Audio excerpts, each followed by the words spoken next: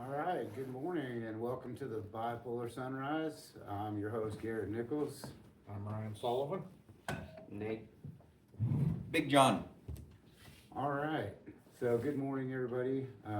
As this podcast started out, we started out with Ryan and I talking about different aspects of mental health that we've dealt with throughout our life, and it's kind of turned into a group of us getting together and talking about different things. But I wanted to bring it back to not necessarily mental health this morning, but I did want to talk about a few things that I've been thinking about, and that's on how you deal with stress and how you unwind, how you wind up, different things like that.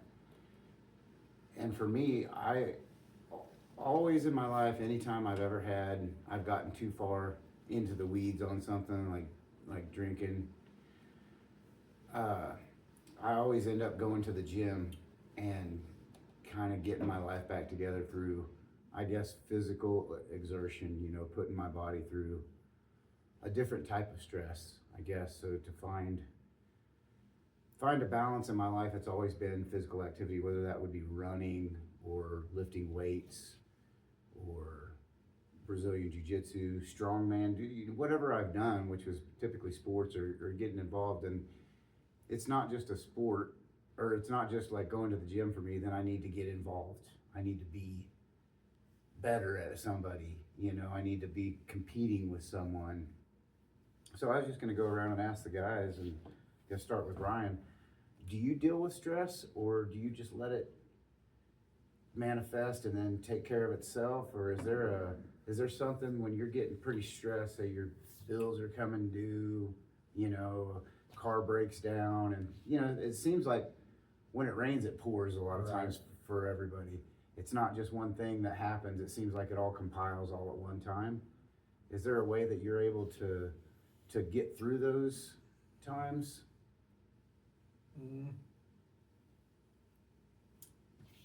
Man, for me, stress is probably my number one the killer. Like if I get too stressed, then it seems like other stuff, goes on in my life, my head.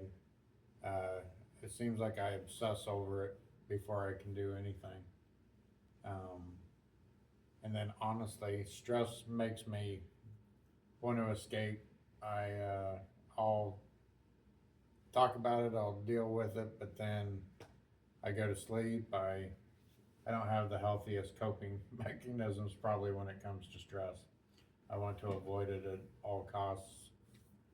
You say writing helps at all when you get into those moods? It does. 'Cause I've known you, in the past, of course. It does, as long as I keep it in a helpful mode. But it can go south pretty quick in It a can go south pretty situation quick, like where it that. can get negative. It can get, we're never gonna get caught up. We're never gonna, the nevers and the, so mine's a fine line. Talking it out, but trying to figure out a solution, but not obsess over it, because then it just becomes all encompassing. But no, writing does help. I do that a lot. I usually write every morning. If I'm stressing about something, I try to keep it where, what can we do to fix it and not get negative on it, So, but no, stress is a hard one. That's when I'm first to admit I don't deal with stress very well. Well, it's hard for a lot of people, and that's why I wanted to talk about it today. It's not just me or you guys. It's everybody in the world, and some people seem to have this, duck-like texture on their skin to where the stress just rolls off. But it's probably just the way that they're able to deal with it or compartmentalize that stress to where it's not so overwhelming to them, and maybe they're just good actors, but it seems like some people, deal with stress a lot differently. My wife cries, like the first little thing that happens, she'll be crying. And I'm sure that's something that she's just developed over the years as a way to emotionally get it out, cope with it. It's like, I'm stressed, but I don't want to bottle it up, so I cry, and probably that releases some of that angst that she's feeling for whatever the stressor is, you know, at that point in time. What about you, Nate? Do you have a way to deal with stress that you are aware of? I don't know. I don't feel like I have a whole lot of stress, but I I like to do routine stuff, just to like have, like John talks about, having a routine helps just center yourself, and I like I read books, I walk my dog, and just sometimes alone time, sometimes just being with friends. I think, and then just talking it out if something is super stressful. Uh, I don't know. I don't feel like I have a lot of stress. So Mhm. But those times, I mean, because I have a relatively stress-free life, but yesterday I went and got the mail, and I had a bill from Stormont Vale from from the surgery I had in December, and it had a list of like 3 things on there that, of course, weren't adding up to the price that they were that was listed at the bottom. And I'd already had all this settled. It was December 19th, and some of these were dated December 19th. And then I start wondering, well, I'm angry first because it's like, I don't know, $1,600. I'm like, well, did they not go through the insurance company on this one? Why is it dated December 19th, the day of my surgery, whenever I've already had all the bills? It's the same office that sent it out. And then there were a couple more on there for the wound care and things. I'm like, this just isn't adding up. And I started to get stressed out about it, and I was angry. That's my first go-to, you know, I get Yeah, you're upset. definitely that guy. And after a minute, I thought, well, it's Saturday, and there's absolutely nothing I'm gonna be able to do today with this. You know, I'd already went to the gym that morning, so that probably helped. I'd already kind of exerted myself physically, so I wasn't, you know, mentally ready to go off the handle, which is at times what I would do, throw some wadded up and throw it in the trash, like screw them. But I thought, well, it's Saturday, why don't I just wait until Monday and call up there and then see if I can figure out what's going on? Because we already have the payment set up from the surgery, I'm already paying on it, and then it said on the bill, if you don't answer this letter, we'll start taking, it was $70 additionally out from your MasterCard on, you know, this date, which is how we have the payment set up through our debit card, which is a MasterCard. And I'm like, well, regardless, whatever happens, this bill isn't gonna be going into collections. But I just need to be aware if they're gonna be taking a higher amount of money out on that date. And so I wouldn't say it was a milestone, but a little bit of a milestone in my life to where I didn't just call my wife at work, you know, while she was at work and start, hey, why are we getting this bill? Because typically I would be like looking for answers, and she would have no idea. She hadn't put eyes on the bill or anything, but you know, that would be, and for me, that's adding additional stress to her, which wasn't, you know, isn't all any good. So I don't know. I am getting older, and the older I get, I guess it's through, you know, a compilation of things in my life that have not worked. That's how I kind of collect my morals, everything. If it's made me feel bad in the past, then I don't want to do it again. I don't want to go through that road.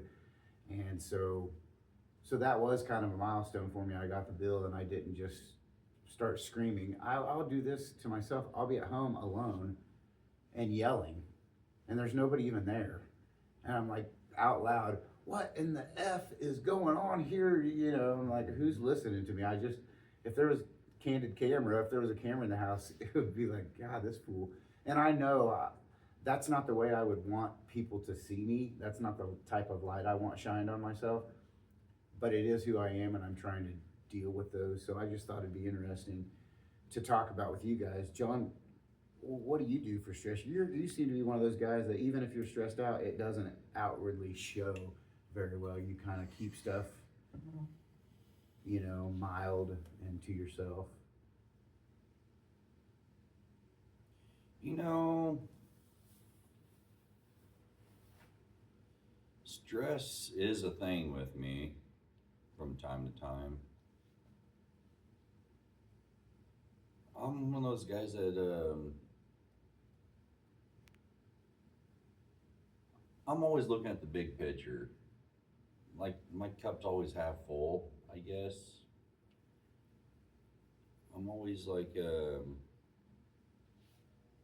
when I get stressed or see stress coming towards me, and when I do witness it, I'm like, yeah, life still could be a hell of a lot shittier than this. I guess, it always goes back to the day where I seen a buddy of mine lose his 13-year-old son to cancer. And when I was in that room and seeing his parents tell him goodbye, I just witnessed somebody have the worst day of their fucking life.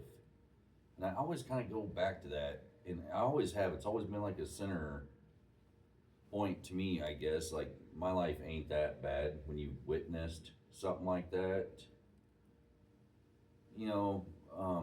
Before that, a bad day back in high school is way different than a bad day now. Mm-hmm. Like, you're trying to butter your toast and it lands butter side down.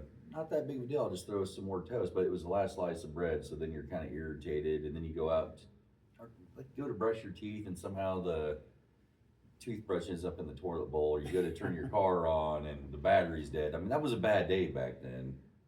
So when I've witnessed somebody, actually, I witnessed the worst day of their life, and I don't know if you guys have ever seen this, somebody's worst day ever, but parents telling their 13-year-old kid goodbye, I feel is pretty high up there on the worst day ever. And things have just kind of changed since that day. They just kind of clicked. Like, you know what? I can't be mad at life. So yeah, I mean, I do get stressed out. I try to learn from it. I guess it's a learning opportunity for me. You guys have known me for. I mean, you've seen me stressed out. I'm guessing.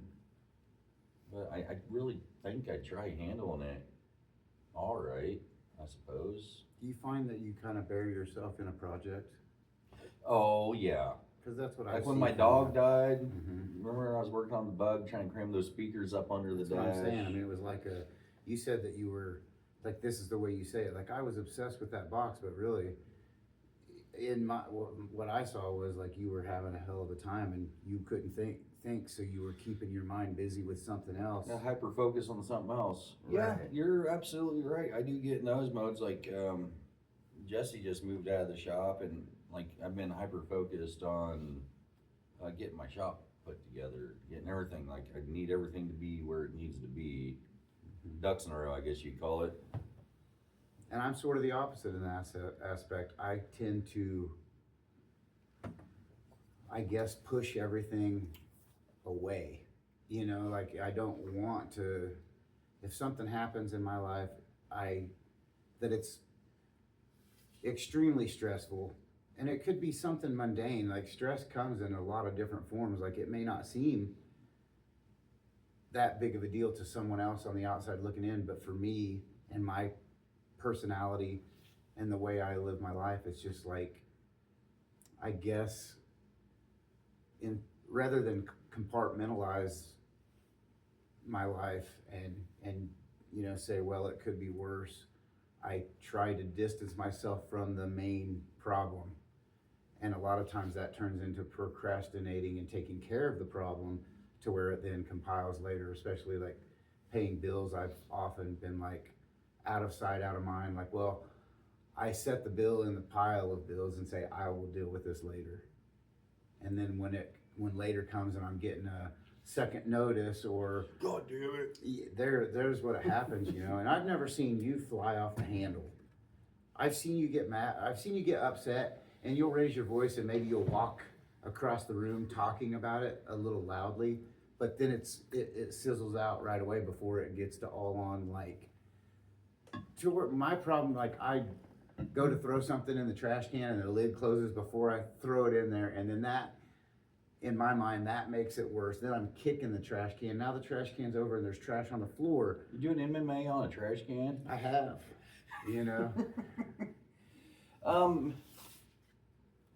God, man, it's kind of funny because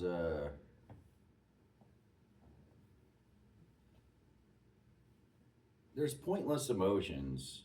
Like, jealousy is another one that does not fly with me at all.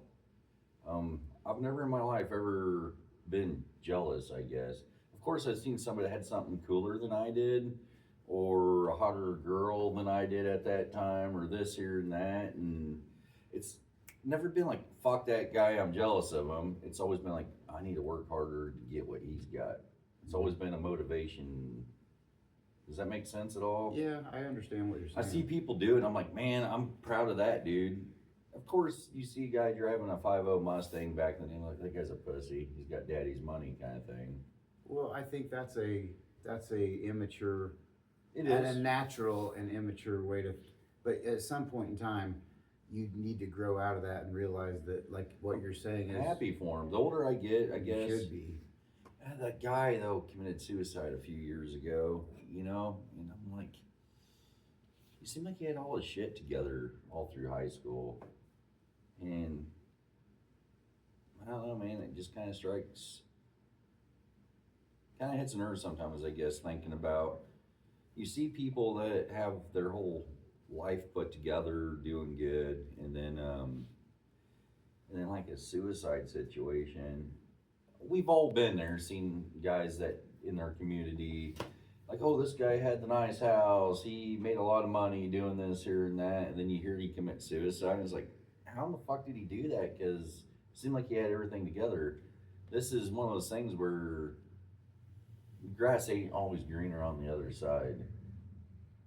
Well, I think, like I said, there's people that seem like they have this duck feathers that it just rolls off of them, but then,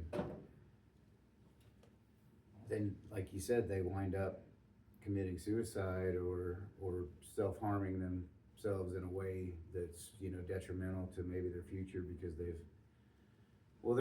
this guy, when I was a young guy, I think this is the reason I would never want to shoot myself. I mean, I don't know what his deal was because it was a friend of mine's and a friend of my parents' friend.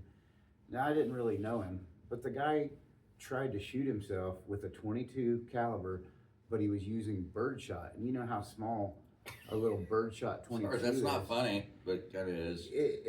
After these years, it's funny. As a kid, I was young when this happened, like 10 or so, and I was like, wow, I didn't grasp the fact that he was an idiot. Like, he shot himself, like, I don't want to mess the story up, but I want to say 3 times in the head. He put the gun in his mouth and shot himself, but it was with little birdshot pellets 22, so it didn't work. And then he ended up in a wheelchair and because it did mess him up good, because it got in there and got in his brain or whatever, but Like the rat shot. yeah, I mean, they were able to save him, but then, like, how bad was his life that he wanted to commit suicide? And then now he's wheelchair bound and has to be taken care of, incontinent, having to have diapers changed and fed, and it's just like, I don't know. I thought that right there, like, if it's that bad, and you're gonna do it, God dang, you're gonna want to do it. I mean, because imagine, I don't think he's alive now. Like I said, I was 10. He was older. He was probably in his 30s or so back then, or late 20s. So he's probably 60 now. well. 70. I don't think he's alive because he was so messed up from the attempted suicide. You know what I mean? But I don't know. I guess there's people out there that you have no clue that they're stressed out, and then there's people like, who I'm talking about, that he just killed himself a couple years ago. He was always talking about it. He was always, and then I always thought he was bluffing, like, he's just trying to get attention, and then finally he did it. And we all know him. I think we've all known somebody that's committed suicide. Yeah, unfortunately, it's been Ryan? several people in my life. Nate? Yeah, that's not the way to handle it, folks. If you're going about it like John said, like there's worse days. Things will get better, but sometimes those little things, like that bill yesterday, if I have in the past let something like that get to me to where it not only ruined my day, but maybe ruined somebody else's day too, because You're an asshole. harping on my wife about it, and like, she's like, how would I know? I have no idea. I'm like, I want answers. And that's, I guess, part of my brain is like, when something comes to light to me and I don't have the answers, but I want to know, then I obsess about it in a way that's detrimental to my, well-being and other people's mental health that are around me, because I'm stressing. My kids can't be good for my kids that I'm screaming and hollering and kicking the trash can over. Well, you're this is- teaching them. that this is how you handle things. Yeah. Speaking of which, how much are we influenced by our parents? And is there a change that you're trying to break between them, or what you see in Hollywood? Well, I'll tell you, in my personal experience, and I've noticed this, I've never spanked my kids. Like Taylor, when he was young, I'd swat his ass or something. Like, I no, swat his ass. So, Takes a tribe. things like that, you're like, it's just, but my dad would pants down with the belt, like you're getting belted, and he was very physical when it comes to punishment. Was he mad when he did it? Not all the time, man. Sometimes, like, you could definitely see he was completely upset by it, but I think that that's the way he was raised, and like that was but I consider that really to be kind of lazy parenting. Like, you're So not you really got spanked. all the time. I got spanked. I got spanked at school even. Did you two get spanked growing up? Yeah. But do you spank your kids? Oh yeah, I have. Okay. So, Well, I but haven't that's- had to in 10 years. Well, they're teenagers. I mean, Beat them at when some they're point- young, and that way they don't fuck up when they get a little older. Is kind of my theory on this. Well, I think that there's definitely a time and a place for spanking. I never hit him out of anger. But if the way I see it, this is the way I see it. If you spank your kids, depending, like you say, out of anger, you're reinforcing that violence is a way to handle a situation, or to control a situation, or to change or curve someone's. I was just a wild kid, like that spanking. After a while, I just knew I'd get a spanking and then it'd be over, essentially, so like, well, okay, I know this is wrong. I know I'm gonna get my butt whipped for it, but I'm gonna do it anyway because it's just an ass whipping. Like, I'm used to that. That's not a big pain. Isn't a motivator for me. How about that's getting not. grounded? Was that more of an effective situation for you? Not really, because the way my parents handled the grounding, it would be like, say, a report card. This is the most violent guy in the room, and he's talking about, like, no violence. Well, they ground me for 9 weeks at a time, because you get a report card every 9 weeks. So like, I'm grounded for 2 months at a time, not being able to do anything, no TV, no anything. And I think that reason why is my dad got to a point where he understood. He's like, this kid, I'm not gonna be able to beat any sense into him. The spankings aren't working. So I think my dad finally recognized, he's like, He's not watching these podcasts, is he? well, I don't know. I don't care if he is. I mean, this is the truth. And I think I don't know, I'm not in his head, but I think that he realized, like, I could spank him 24 hours a day, and whatever he's gonna do, he's gonna do. So I'm just gonna restrict his, availability to go out and do these stupid things, make these dumb decisions, because I've told him. But I think that when your child does something, especially if it requires an ass whipping, that before the punishment's over, before you let up and okay, it's water under the bridge now, you won't do it again. I think that they need to understand why you're punishing them, why they got the whipping, and then for them to actually grasp and get an understanding of why you're so upset about it and why you want to curb that change. Not just say, don't do it again because I said so.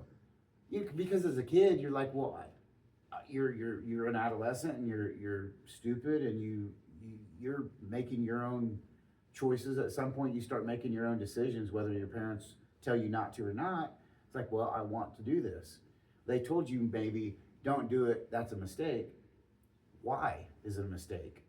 And my dad was pretty good about, look, especially like when I started drinking and stuff, he's like, nothing ever came good. He's like, I've never been in trouble in my life unless alcohol was involved.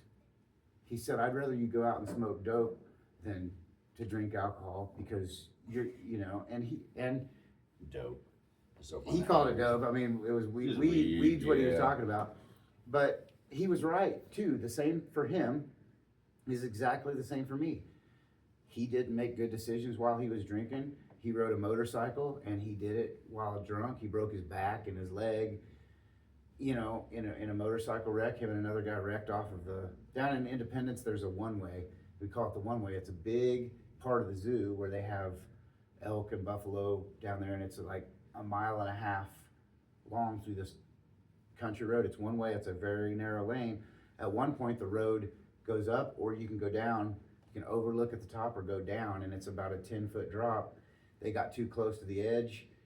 This guy his motorcycle goes off, and he grabs my dad because they're that close, pulls them both off, pulls the motorcycles on top of him. It broke his back. And so drinking and driving obviously is a bad deal. So he would bring that up. He's like, I drinking and driving. Look what I was in the hospital for weeks, and I was homebound for months, couldn't work. This is why you don't drink. And then I remember that time. I was a young kid, but at the same time, like, I didn't know that my dad could get hurt. He was the toughest guy I knew. I saw him, cutting a tree limb when we were out in the woods, and he cut through his coveralls and cut into his leg, and he wrapped it up, and we kept going. And there was blood all over the place. As a kid, of course, it looked like major blood, but to me, it was like he had severed a main artery and he was going to bleed out, and he just kind of wrapped it up, and we kept going. So I thought he was indestructible, essentially, but then when I saw him and his back was broken and he was, kind of in traction, he couldn't get out of the chair, plus a cast on his leg. So when he would say that, bring that up, you remember when I wrecked my motorcycle? Like, yeah, that wasn't the only time. He hit a deer one time coming home, drunk as shit, on his motorcycle. The deer was probably drunk as fuck. That's what I'm talking about. My dad was sober as an eagle. But that Drunk deer just running through traffic? No, I never understood Fucking that. ridiculous. They put these no deer crossing signs They don't in listen. the busiest intersections. Like, why don't they move the sign to Like school zone. a school zone or somewhere the deer would cross there? Just doesn't never has made any sense to me. Yeah. Let's let the deer, okay, we're moving 80 mile an hour. This is a good place to cross.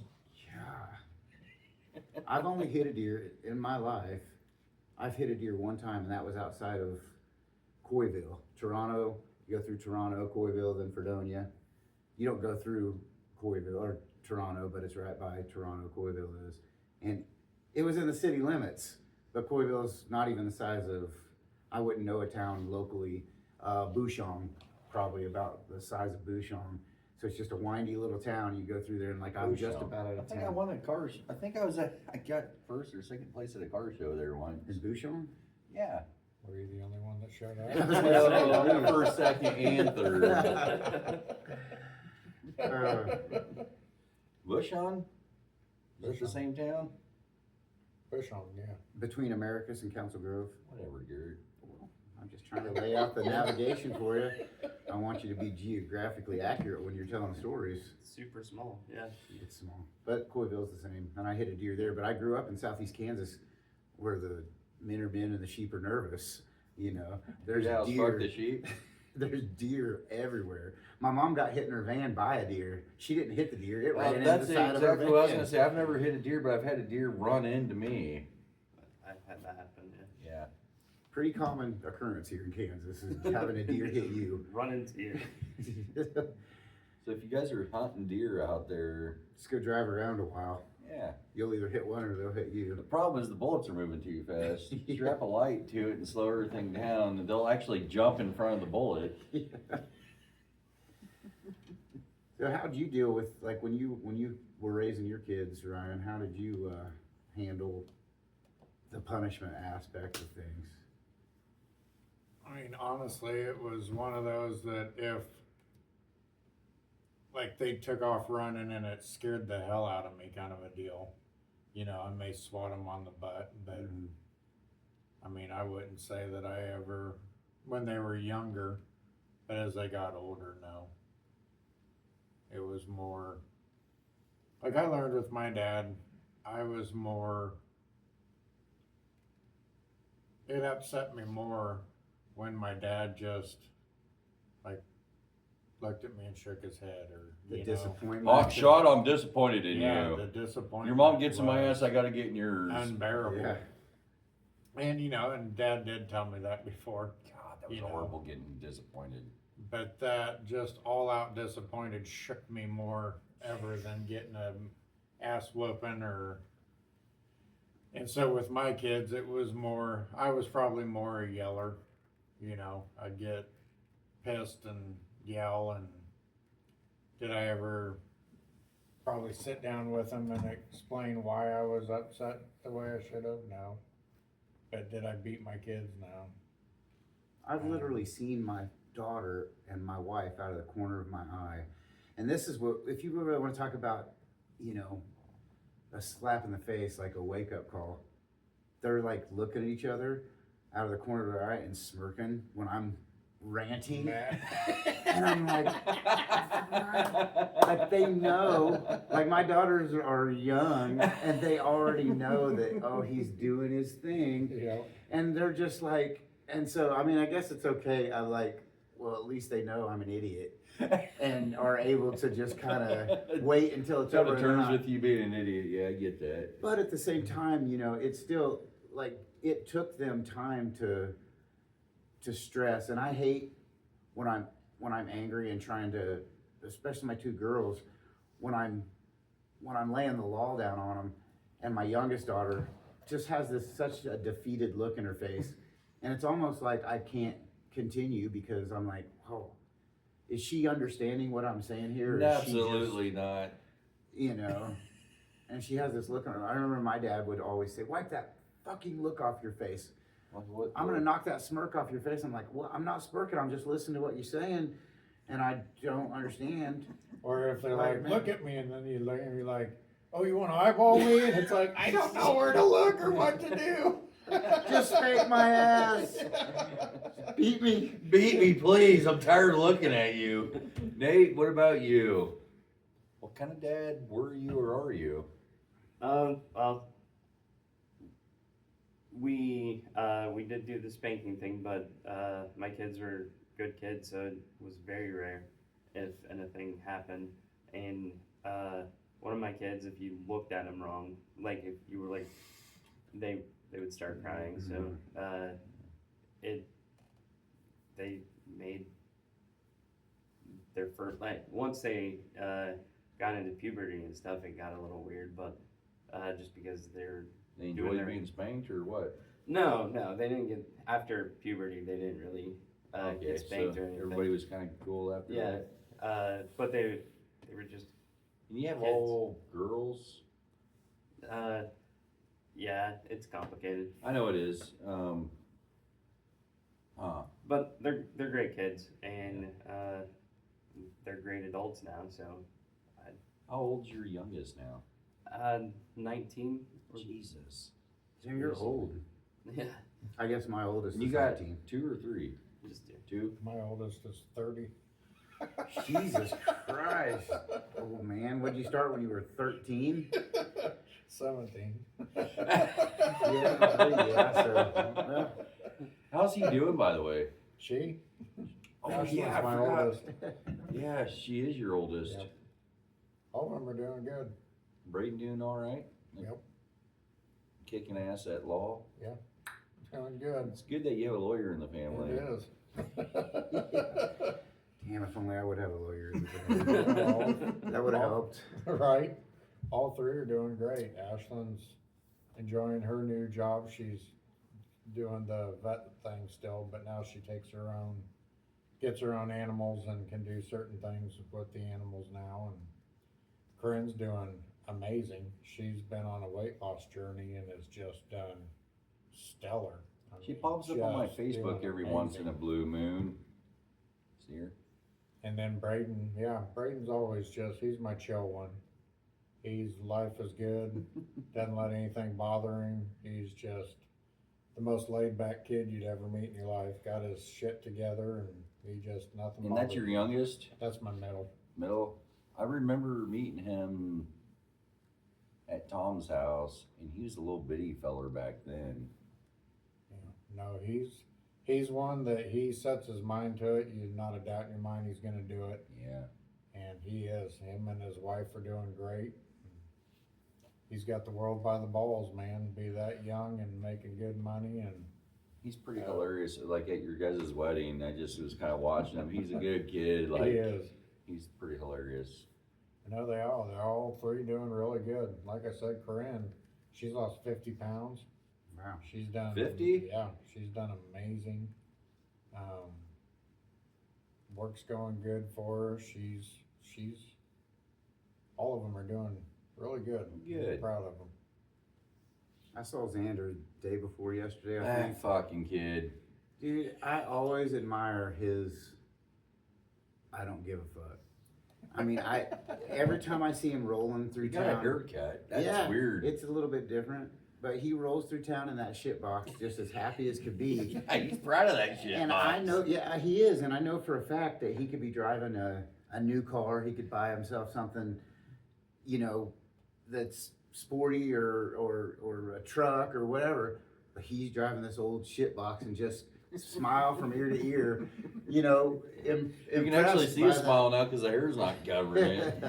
But it's just for a young man to be completely satisfied with that shitbox car and to be proud of it. It's like, well, I wish that I would have had a little bit of that and not wanting to keep up with the Joneses when I was a kid, have the nicer truck, thinking that might get me laid or it might put me in better standings with the ladies because I have you know, the stereo system and that was always the thing. Like I always, even in my Honda, my stereo system in my Honda is worth more than the car would ever be.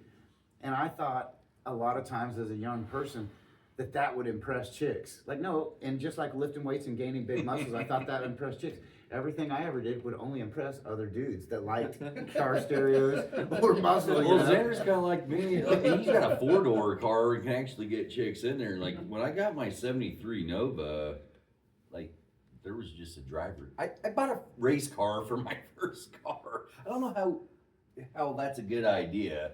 It's like pumping out like 400 horsepower. It's a 383 stroker, 73 Nova. There's one seat and the whole thing's just shelled out. There's not like interior or anything in this thing. It's just a box. Yeah, not a lot of room to fit the ladies in there. Well, you could. It was a hatchback. I got that. Just get in the back, bitch. Yeah. We're going to the movies. But man, I just remember like, yeah, this is give 0 fucks. I mean, I always had chicks wanting me, but I just didn't like them because yeah, right. I was into horsepower. Yeah, right. I'm like fucking cars. I mean, I've really only been with 3 women in my whole life. Yeah, so you found 3 that wanted you. So your Because of my previous hot statement rod was car. false. Yeah. Well, no, they were always trying to get with me. I just didn't like them. It was the opposite for me. I was always stalking them, and they would be putting restraining orders on me. Yeah, dude. No, man, like, and you know me too. Like, women just weren't really a big priority for me. I just, her take it or leave it. Yeah, that was always. I finally strange found for me. a few that actually put up with my bullshit because, I mean, I'm not the overly affectionate guy. I'm the guy that's kind of doing my own thing. I mean, when we used to go on canoe trips, April's like, "Oh, you guys are going canoeing?" Like, yeah, I might see you tomorrow or 3 days. You know, I'm turning my phone off. I'll call you when we need a ride home. Right.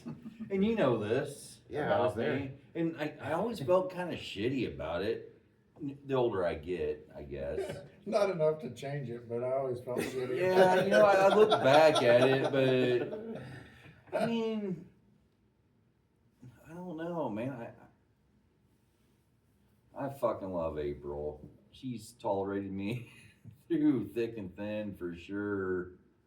And Well, tolerated all of us, really. oh yeah, definitely. You know what I mean? It wasn't just you that she had to deal with. It was your friends All of too. us. Like, definitely so, And man. doing crazy shit. Like you tell her, hey, I gotta go help Garrett load this dresser, and then be like 2, 3 in the morning, come home drunk as fuck with me. You know, no dresser in sight, just reeking of booze, and you know. So I'm not a liar. There's been times where like, hey, we need to move the dresser, but it may be like, hey, we need to go. I've always like been a man of my word. like, I may have like skewed it a little bit, like, hey, we need to move this dresser a little further back this way. Like, I may have moved it an inch, but I made sure that I did it so I'm not a liar. Well, that's admirable. It's kind of a shit thing. But if I say I'm gonna do something, and you guys have known me for years, like, I don't like to talk about getting shit done. I wanna get shit done. Yeah. I mean, I opened a tattoo shop up in Emporia, Kansas. Yeah, that was interesting. Of course, I was too, at that age, I just was going along with it. I wasn't thinking, is this actually gonna work? I didn't have to deal with the stress of what you had to deal with, is like, this is my livelihood now, is I'm opening a tattoo shop. And we were still young and partying and stuff. We're in our 20s, bud, when I opened the tattoo shop. Yeah. I'm 45 now. Yeah. That's pretty wild to take a leap like that and just Dude, I moved to Sioux City, Iowa on a leap. the skid mark in America's underwear. And I couldn't have done it without April's skid marks. Yeah, for sure. No, she's been solid, man. Over the years, you know, honestly, like you said earlier, it takes a village, and April has been kind of the rock to a lot of us at times, to where, you know, you're the type of guy that doesn't get jealous. There's times where I've called April's phone and you answer. I'm like, what the fuck? I didn't call you, John. I needed to talk to April. You know, this isn't a John fucking deal. Put her phone down. And that's been great to be able to have a friend in her and a friend in you, you know, to where it wasn't like John's like, oh, he's trying to talk to my old lady or whatever. It's like, Right. well, not She's interested. mine! Yeah, she's yours, dude. She's yours. Got it. God damn. That was a little intense. Yeah, fuck. Didn't know you were so aggressive. Wow. and I didn't know I got violent. jealous. The Jesus. cup definitely made it way more jealous than it should have been. Yeah, I'm glad I wasn't that cup. God dang. But it's nice, you know, to have a friends. You know, I've always been able to be friends with you and April, together and even separately. You know, like Yeah. there's times where I needed to talk to her because it was more of a woman that I needed to speak to, instead of John being like, well, just get your fucking shit together, dude. It's not that hard. Like, you put one foot in front of the other. Like, what the fuck? I always break it down as simple as it possibly can be. Like, you're an idiot. Like, yeah, you walk. Yeah. You can't run with a shovel before you walk with a spoon or something. That's it, I think. You gotta walk with a spoon before you can run with a Oh, shovel. yeah, Yeah, there you same go. thing. Yeah. Thanks for the euphemism. That helped me out, man. Good. I'm gonna get through this now. Just don't run with a spoon. Got it. Such dumb advice. I give people think about it. Like, yeah, John's kind of onto something sometimes. I've never thought that. Yeah, yeah, I get it. Just scratching my head. Like, what the fuck is he have you been drinking already? That's terrible advice. Yeah, but I guess back to the you know, dealing with stress and things like that. I guess I want to know, like, I think physical pain, or just working myself into not like work at work, but just the stress of putting lifting heavy weights, or getting in. Of course, the grappling, that's understandable. You know, you fight and you don't really want to deal with the other problems. You've already kind of been fighting for your life, essentially. I think that's why jiu-jitsu has helped me so much, is because if I've already fought 10 guys that day, I'm not willing to fight when I get home. I'm not willing to argue. Like, I've literally been, if I didn't tap, I would have been choked to complete death. You know, I would have been dead. If we were in the real world and I was fighting this guy, he could have just taken my life. He was strangling me to the point where I was unconscious. And you do that over and over, daily and daily and daily, and then it's like, well, and I'm not nearly as aggressive as I used to be. For one, I understand that there's a consequence to being aggressive. Like, you might just get your ass kicked. When was the last time you actually knocked somebody out? In public? Probably Steve over here in your shop. Skid Mark Steve? I saw him the other day. He said he's opening a construction business. I saw him in Dillon's, ran into him. He's been sober for like a year and a half You or something. know, somebody told me you told me you ran into him. I heard he put some weight on it, and Xander said he ran into him at, across the street. I think he told me, I want to say he was down to But like you actually talked to him? 145 pounds, yeah, in Dillon's.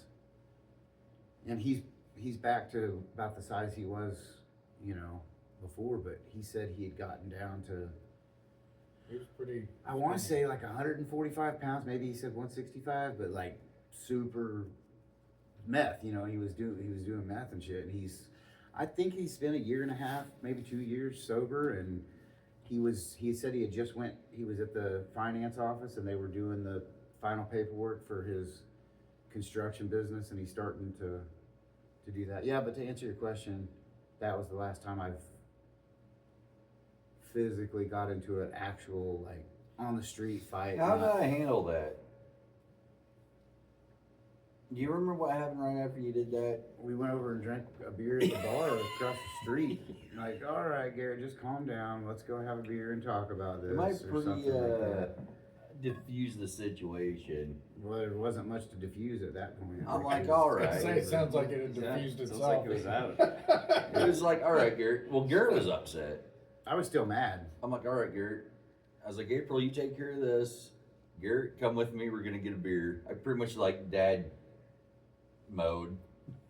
Get your ass over here. You're following me over here. I can't imagine what his date must have thought that was with him, because she was over there just like wide-eyed and And then Bongo finally comes through. He's like, oh, yeah. where the fuck is he? And then you guys like worked on the bug the next day. Like you guys are riding around in it. It's kind of adorable. Yeah. That's what I like about being guys. Like, let that go.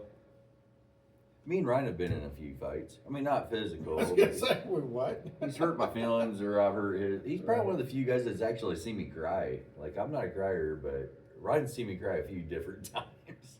Yeah, Ryan's upset me before. Yes, I have. Yes, I have. And I don't, Yeah.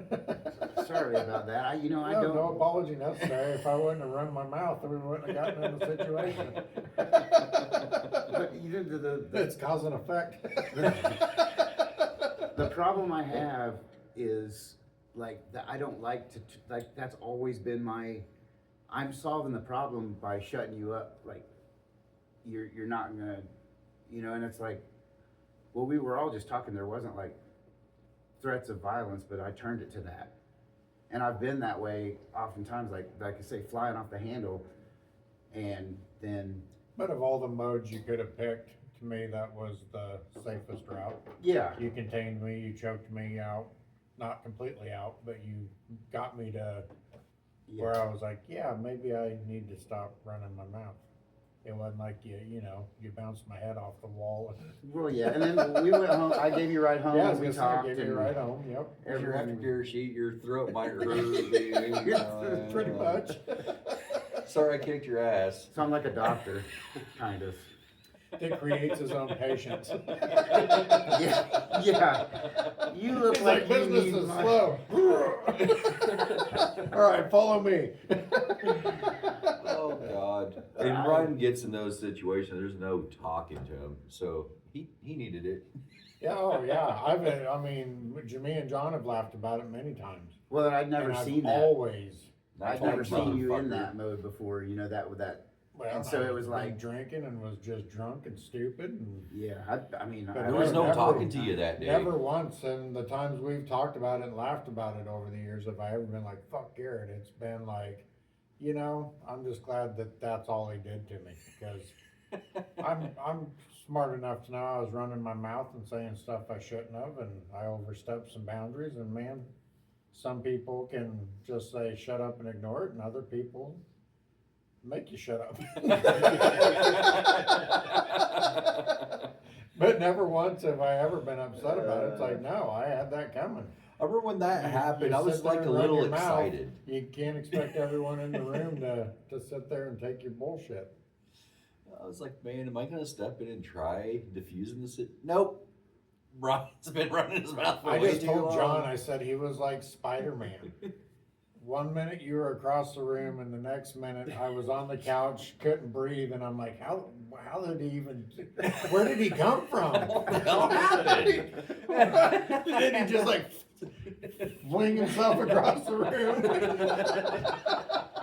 Didn't that happen up there? Yeah. Oh, It was up God. there. Really low So I'm like, ceilings how and did shit. he get clear Low over there ceilings. to where he's at now? I don't understand what happened. Where'd he come from? His Spidey sense kicked in. Just choked me the hell out. When I've reached my limit, like I know, like John said, like John said, he's not a talker. He gets something done. Like when I reach that limit where I know,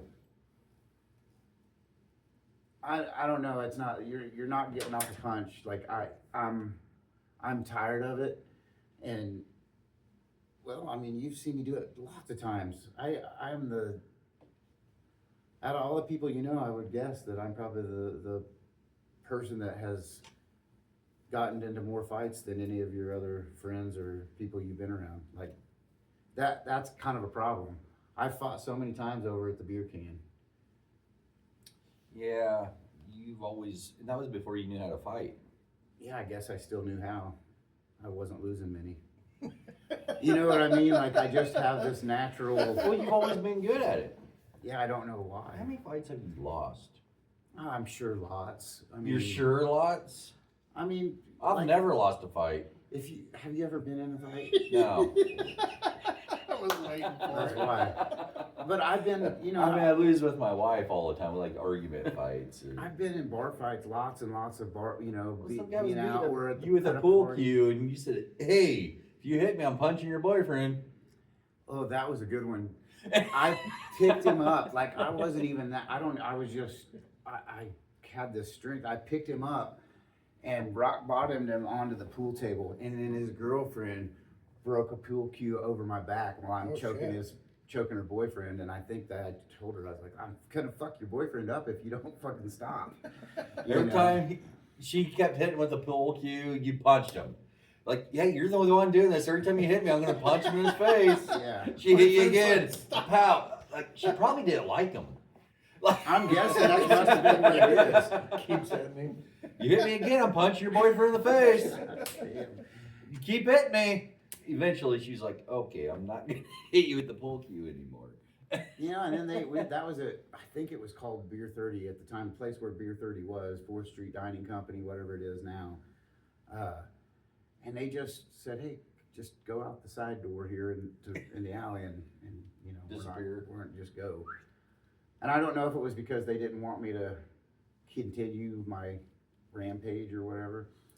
But I've always been that way. When I get to a point where I've had enough, that's where it's gonna go. And I dwell on that sometimes. Like that's the kind of person I haven't seen somebody in years, and then that's what I think of. Like, oh man, Do you ever come across people like you?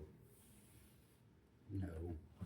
I mean, no, dude. I'm one of a kind. I think there's Have not you many. come across people that you fought and everything's cool, or is it awkward? Well, or- that's the thing. I'm like, are they cool? Because I am. Usually it's like right after it's done, I'm okay. I was just trying to let you know that you crossed the line. And I'm not really angry afterwards, but during that time, it's like you see those people that say, I see red. I never like got mad and seen red, but when I get to that point, it's like,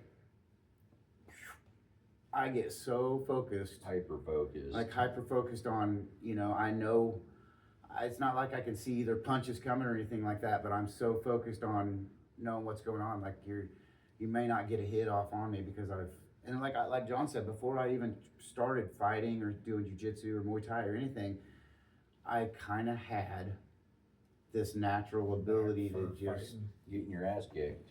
getting my ass kicked. Like, I don't know, pain's never been a big problem for me, so that's not gonna stop me. Well, you never had a pretty smile. My thing's always been my teeth that's kept me from getting in fights. Because You're just people ugly. Yeah, that's true, man. I go through that a lot. Don't ever That's fight an another- ugly person. That's my motto.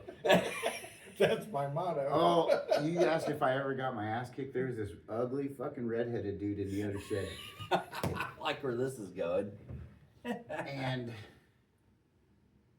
I had relations with his woman. So I had this coming. But This coming. he told me that he was gonna, he didn't tell me, he put the word out through the grapevine. I used to jog before work, and he told somebody I work with that he was gonna catch me before. And it was a bad night anyway. I'd been in a fight uptown, and then we were getting out of that, and I don't remember, it's been 20 some years ago, maybe 30 years ago now. God, I'm getting old. But we get down by the river at Neodesha, and another truck pulls in, and I'd already been in a fight, and here he jumps out. And I was like talking some shit, or trying to talk some shit, and he just fucking blasted me out of nowhere. And this is the scar I have on my lip here in the middle. My tooth, he punched me so hard, it put my tooth Oh my God. through my, I mean, it was all the way Oh my open. You could see my God, tooth damn. through my lip. And then it wasn't like, I went over to my boss's house, and his wife butterfly stitched it up with like these butterfly stitches, not stitches, but Bandages. they were bandages. Got it closed up, and it was like, I think a week later, that my girlfriend's brother had talked me into fighting this other guy. He said hey man, he's always hitting on your girlfriend, which is his sister. And I think he just wanted me to kick this guy's ass. And it was this tall black dude. And this motherfucker wouldn't go down. Like, and he was long, he was punching me, and I just couldn't get in on him. I'm trying to take him to the ground, and every time I try to get him to the ground, he'd get back up.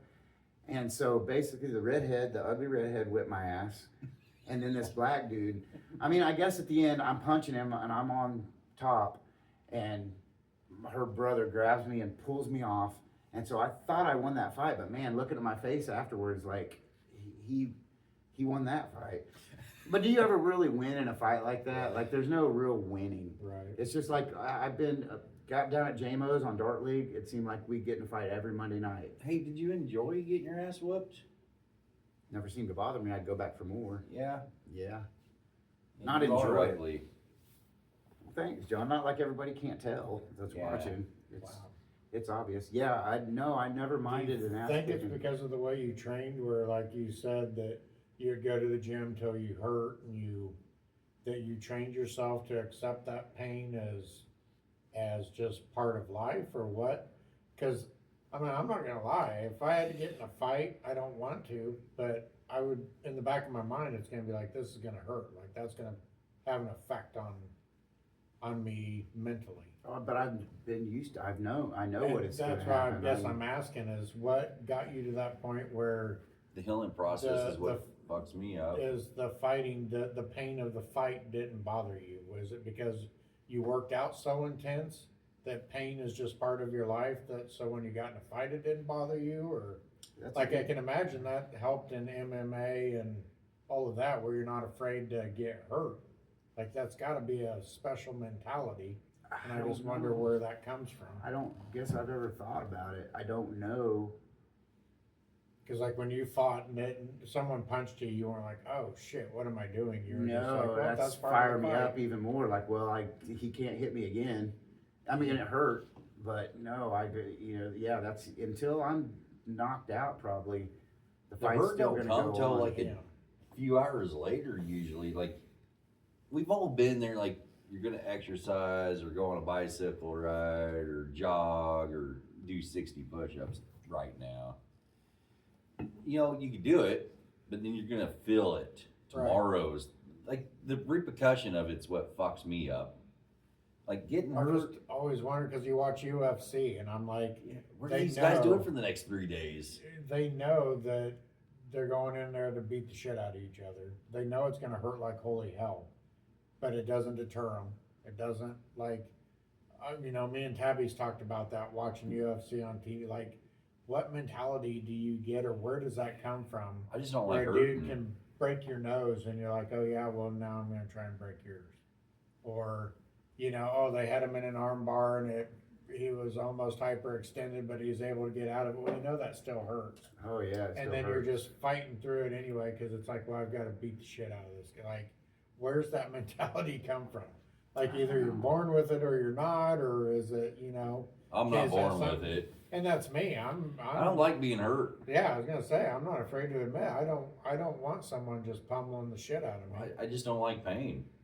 And so I've just always wondered, watching UFC, is that a mentality do you think that you're either born with or you're not? Is it something you can train into yourself? I think that you're That- probably, it's just a personality type. There's people what that it fight is? that don't continue to fight, probably because of those things. Well, like, it's been 2 weeks now. I did that tournament and got my knee torn up pretty good. Pussy. And I wasn't thinking, oh man, I should be more careful next time. I was thinking, how long is this gonna take to heal So you can do it again. so I can do it again? Yeah, And that's how do I crazy. avoid that? How do I avoid getting heel hooked in the future? All I was thinking of, what mistake did I make in order to let him get there? And I know exactly when it happened. I didn't have my legs in the right position when I went for his legs. So now the next time, I will probably not put my feet there again, or at least I will try my best. And that's But really all that's been on my mind since that completely tournament. ready to go in and do it all again and again. and As again. soon as I know I'm not gonna get hurt to where I can't go to work or something like that, yeah, I'm ready for my next tournament. I'm never going into a tournament thinking, oh man, I might get hurt. I'm thinking, how You can don't I? think that at all going into these things. Well, Never once. I always think, how can I hurt this guy to where he's not gonna wanna continue? What's his weakness gonna be? But never you've been like, I could get hurt. like you've never seen your never, no. opponent and been like, oh shit, or No, Do you get really, intimidated? wow. Do you like see a guy with more tattoos and you're like, oh god, this guy there's looks like he nobody. could I've never kick seen my-" anybody with more tattoos than me at like a tournament or something like that. See, like that is baffling to me. You know that you've never seen someone bigger or leaner, or that you're like, oh shit. You just look at it that I've got to conquer this dude. Period. No shit. Yeah, Wow. they're just an opponent. Well, you grew up everybody Like- kind of being bigger than you. Tadpole. Everybody always was, yeah. Oh yeah, and I guess that's true. if you're So used to he's that always had just look at it like, David you know what? versus Goliath kind of thing. yeah, you could be 6 foot or 8 foot. You're kind of always look like you're the same size to me. I'm gonna take you down. No, that's And I had a great. chip on my Think shoulder about that. because I was always picked on because I was smaller than everybody. I didn't hit my growth spurt for a long time. I mean, I was little. Were you fighting back then? No, not the first fight I was ever in, besides just getting roughed up by bullies at school or whatever, just somebody pushing me into a locker or just walking by and punching Did me you in the like arm. it? The first fight? Oh yeah, that's when I fought, like I tried to fight every single weekend. I would go out and I was picking fights with people at that point, even though I was still small. Little picking fights with people. So So you've been ugly your whole life. yeah, because of that. It wasn't natural. This isn't a natural deal. This is just something that happened. No, this guy, he had moved to Longton, and he was from Wichita, and he was a Crip. They had moved down there because he kept getting in Wait, trouble. how old and were was you? 16. And I was like, oh, I don't this even know guy's if a I've heard this Crip. story. And I was like, oh, everybody's scared of him. So he would kind of bully everybody. Well, he's like, hey man, let me borrow your truck.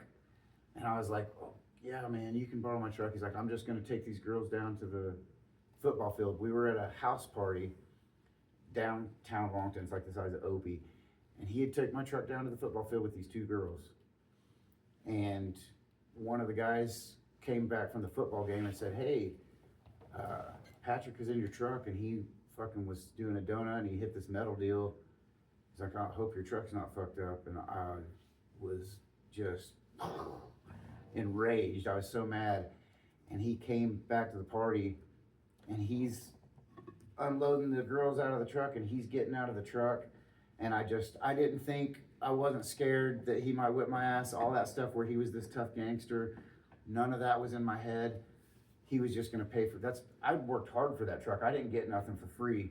Right. I had to work, I already had that truck and then I had to trade my uncle, my old truck, for this truck plus some cash and it didn't even run. And then I had to get a mechanic to fix it for me. So it's like, and I was using my money. This wasn't, my dad was covered insurance. So like Blood, sweat, and tears went into this thing. and I put the stereo in there. Me and my dad spent December, he bought me a a tape deck for Christmas, and I had some speakers, and we took the interior out of my truck and really did. I mean, it was my pride and joy. Right. You know, I worked all summer to get rims for it, and and he was just fucking my shit up that I'd worked so hard for.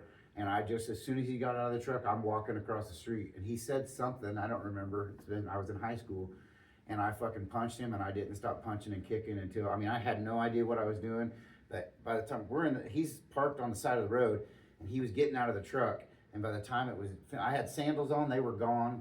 I kicked him off by kicking him in the face. I mean, he's in the ditch, and I was fucking pounding his ass, and they pulled me off of him, and I'd always been scared.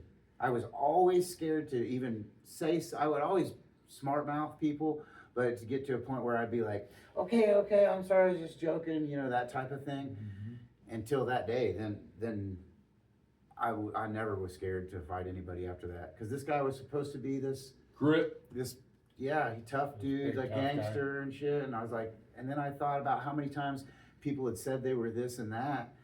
And I was like, this guy said he was this and that and ain't. And I just kind of assumed from then on, people just was talkers.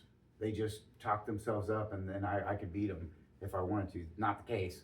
I got in a lot of fights and got my ass kicked a lot, but I would go to Independence and Neodesha and go to parties, and if somebody I would think that they were wanting to fight, then You'd fight, you know, just whether they wanted to sometimes or not. Like, they weren't wanting to fight. They were just being loud at the party and obnoxious, and I was like, okay, this motherfucker thinks he's tough. And so, like, anybody that acted like him from then on was a target for me. Like, you're not tough. And I went to Neodesha, and this guy was doing that at a party, and I called him out on it. I didn't call him out, nothing. I just laid him out. He gets up, and I'm like, these were some older guys. They were on leave or something from the military, if I remember correctly. At least one of them was. And I get on top of him to start whipping his ass, and all of a sudden, boom, I get kicked off of him, and then the fight's on. It goes from in the house to me getting punched off of the porch, still going. I mean, he punched me, and I fucking flew off the porch, if memory serves. But these two guys, and even a girl, I think, punched me too. If I remember right, like, everybody was pissed at me. I wasn't from Neodesha, but I was over there. And you need to get out. Cop showed up, and literally I parked my car at a gas station and rode with some other guys that were from the town to this party. And cop picked me up, and he drove me back to my car, and he said, son, you're gonna have to understand something. Neodesha is a tight-knit town, and these boys don't mess with people from out of town. Now get in your car and go home. And I was on my way home. I tried to take a shortcut because I was fucking beat up. That was probably the worst I'd ever been beat up. And I got my car stuck. At least I thought I did. I was so out of it. And then in the morning I wake up, and I had to be at work, and I start my car up and get it out. And this Camaro, and like an 89 fucking Camaro's, you know, low, because they're low to the ground. Man, managed to get it out. I was somewhere, I didn't even know where I was. I had to start driving to find where I was at. And then I kind of realized where I was and made it back to Elk City. My dad was like, go home. Like, well, I don't know what the fuck you're doing. How was your truck? Huh? Did you fuck it up doing donuts? No. I don't even know if that was true. Awesome. I don't even know if that was true. Awesome. Beat the hell out of him. Like, oh, never mind, you didn't do that. Okay, cool. But we ended up being friends after that. Really? Yeah, we were. It was. I It give took. the joy of being guys. It took. Right? It took a Joy couple of being months. dudes. But we weren't really friends before. He just used me. You know, he just was like a bully and shit. And then after that, he obviously calmed way down and wasn't wanting to act like that toward me anymore. Right. He was an all right guy. Was he know? really gripped? I don't think so.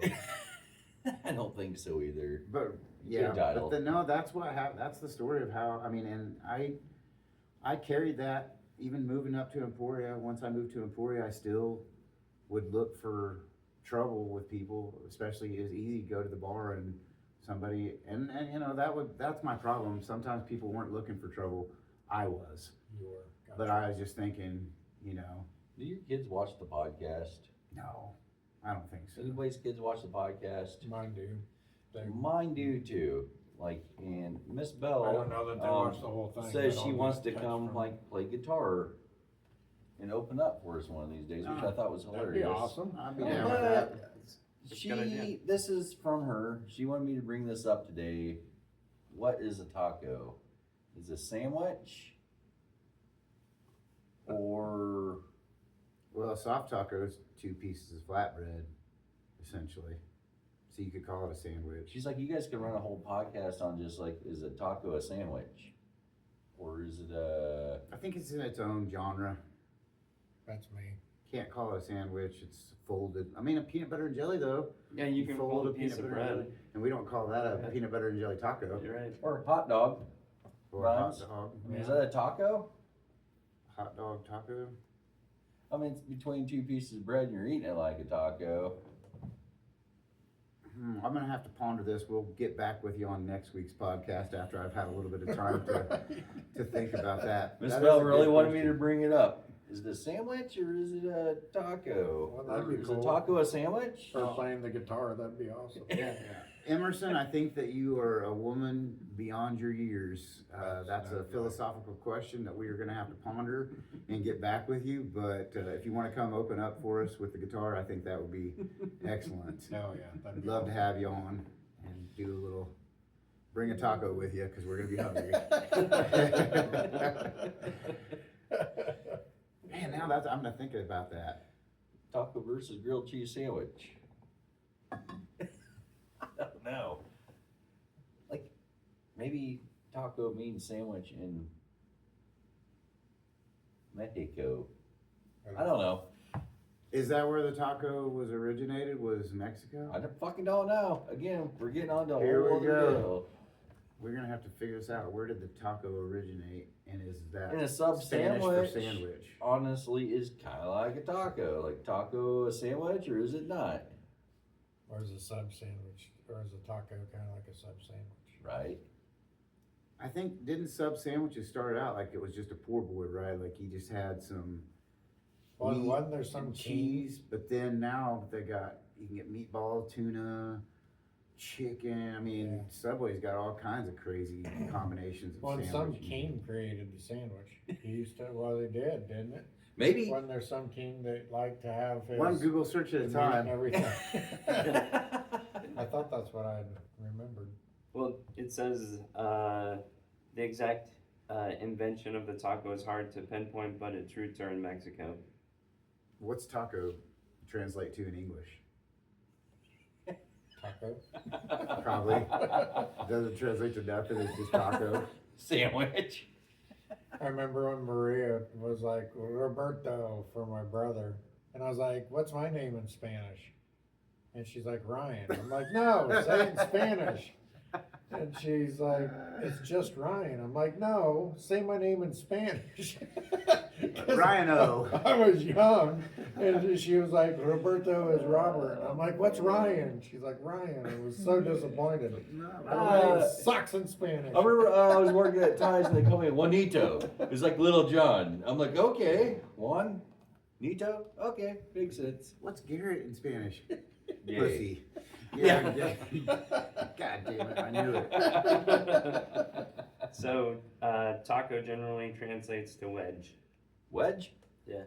In American? in American. American. Oh, be damned. So who was the king that invented, was it not a sub, Wedge. a sandwich, just period? Yeah, they say he was one of the first ones that he used to like to have all of his meat and everything between 2 slices of bread. Yeah. It's the Quesadilla. It's Burger King. sandwich guy's named from John Montagu, the 4th Earl of Sandwich, who was known for gambling and often requested a meal to be brought to him without interrupting his game. He famously asked for roast beef between 2 slices of bread, and that became the first sandwich. Well, it would make sense. You'd have to have a plate and some cutlery and everything to eat otherwise. How many people were doing that before everybody's like, I've been doing this for years. Yeah, like this guy gets the credit for it just because he likes to be a degenerate Because gambler. he's got money. Well, he probably didn't since he was a gambler. He probably lost a lot. Well, he's probably gambling good.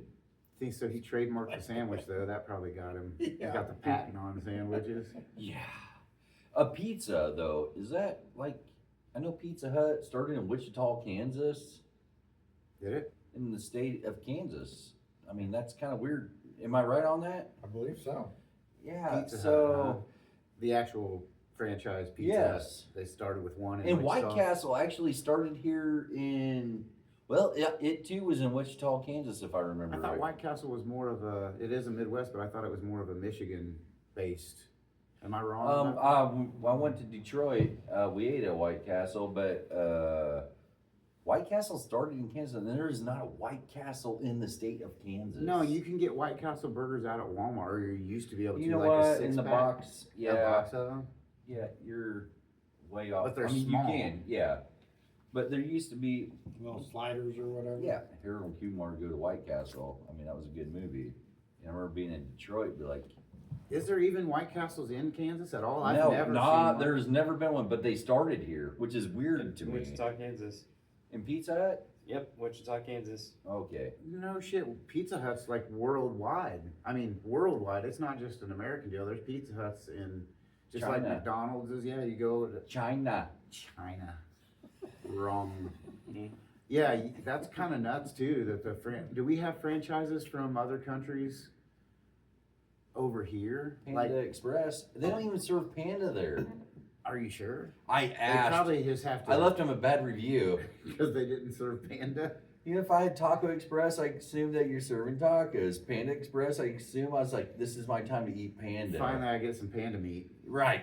No, not a thing over here. Well, Panda Express started in Glendale, California. Not even in China. Huh? Not even Panama. Panda bar. What restaurants franchises from other countries are franchised in the United States? China Buffet from China. That's the Golden Walk now. Okay, it's been that for like 10 years too. I still call it China Buffet. You remember the recipe for the sesame chicken and the teriyaki? Everything is different when it's the Golden Walk now. Like the sesame chicken, that would be like I'd take this. I don't remember what the sauce was, but it was a real bunch of seeds in it. Mm-hmm. Take the sesame chicken, put it over a bed of rice, and then put that hot sauce over it. And it had real good flavor, and it was like a darker brown. Now it's almost an orangish color, and it just doesn't. It doesn't hold water anymore. Mm-mm. Oh, speaking of holding water, I took the family out for dinner the other night. Went to House of Ma. Oh like no House of Ma. shit! Huh? I haven't been to House of Mom forever. Well, nobody has. My wife and I I went went there at once. 6 o'clock. That was like the Chinese restaurant when I was growing up as a kid. Like My it was mom- the That shit. had been 34 Loved years it. ago because I've been With in the Emporia kids. now for 25 years and that's never been the place to go. My mom, they make these pork things in foil. Beef and foil. Maybe it's beef, Yeah. but it's good. It Or was. it was 25 fucking House of years Ma's ago. good eating. But that's the only time I ate there, and then my wife and I went there one time, and we were the only people in Yep, there. that's exactly where I was going with it. The wallpaper's the same. Everything's still Well, they have the tape same. holding the wallpaper on now. Oh, cool.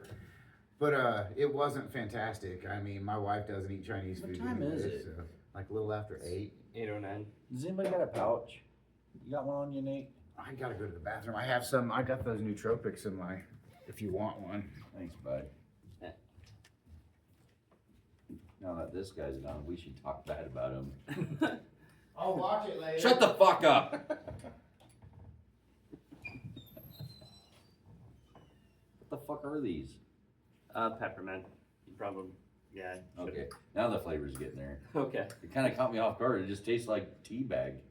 It's because he keeps it in his pocket. Yeah. So, Aunt Deb, like, how's she doing? Good. Like, she going camping? Yeah, she just got back from camping. Yeah. Yep, everything's going good. Yeah, I think it's a good idea for Emerson to play.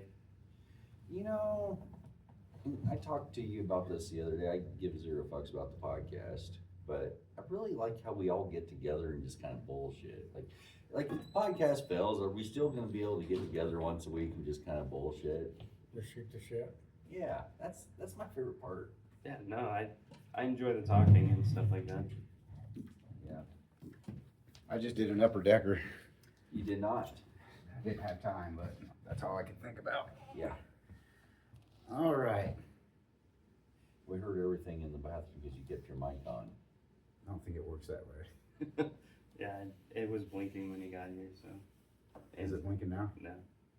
Everything's good. I feel better. You look better. Where's your cowboy at today? I just shaved my head yesterday, and so I thought it'd look smooth on camera. Go for it too. I shaved my head yesterday. Look Well, smooth on camera. Since we're all getting, since we're all getting up and pissing, it's usually about that time. You guys want to end it? Yeah, Yeah. let's go ahead. Good. I'm going topless from here on out. Nice. We're twins. I'm the good-looking one. Yeah. That was fun. All right, guys. I hope you enjoyed the show. That was, at least the first part was pretty interesting to me to hear these guys' take on stress and how they deal with it. So we'll see you next Sunday, everyone. See ya. Thank you. Are you gonna shut this fucking camera off, or are you gonna look at yourself in the mirror? Well, it smashed my hat. Smash that. Oh, we haven't even been recording.